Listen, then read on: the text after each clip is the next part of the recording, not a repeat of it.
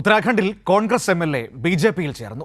ബദ്രിനാഥ് നിയമസഭാ എം.എൽ.എ ആയ രാജേന്ദ്ര ഭണ്ഡാരിയാണ് കോൺഗ്രസ് വിട്ട് ബി.ജെ.പിയിൽ ചേർന്നത്. വിവരങ്ങളുമായി സിബി ചേരുകയാണ്. സിബി, അപ്പോൾ ഇന്ന് കോൺഗ്രസിൽ നിന്ന് ബി.ജെ.പിയിൽ ചേർന്നയാളുടെ വിവരങ്ങൾ പുറത്തു വന്നിരിക്കുകയാണ്. ഉത്തരാഖണ്ഡിൽ നിന്നുള്ള എം.എൽ.എ ആണല്ലേ?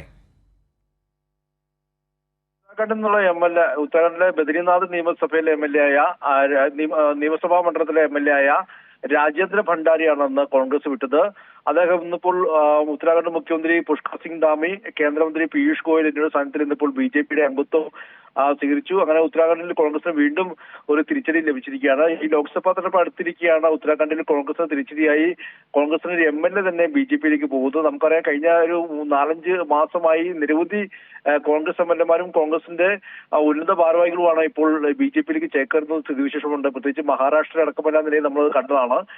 മഹാരാഷ്ട്രയിലും ഒറീസയിലും എല്ലാ നിലയും ഒഡീഷയിലും എല്ലാ നിലയും സമാനമായ സംഭവങ്ങൾ ഉണ്ടായിരുന്നു. ഇപ്പോൾ ഏറ്റവും ഒടുവിൽ റിപ്പോർട്ട് ചെയ്യുന്നത് ഉത്തരാഖണ്ഡിലെ കോൺഗ്രസ് എം.എൽ.എ ബദ്രിനാഥ് മണ്ഡലത്തിലെ എം.എൽ.എ ആയ രാജേന്ദ്ര ഭണ്ഡാരി ഇന്നിപ്പോൾ കോൺഗ്രസ് വിട്ട് ഇന്നിപ്പോൾ ബി.ജെ.പിയിൽ ചേർന്നിരിക്കുകയാണ്. മനു, ശരി.